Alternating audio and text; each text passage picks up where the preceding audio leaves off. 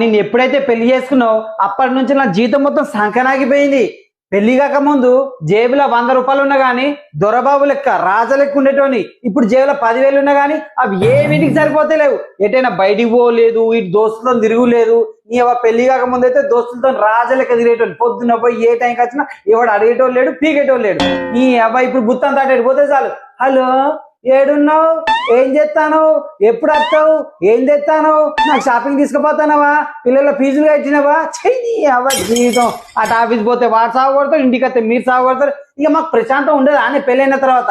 ఇక ఊరికే మీ ఎంబడి తిరుక్కుంటా, ఇంటి చాకరీ చేసుకుంటా, ఆఫీసు చాకరీ చేసుకుంటా.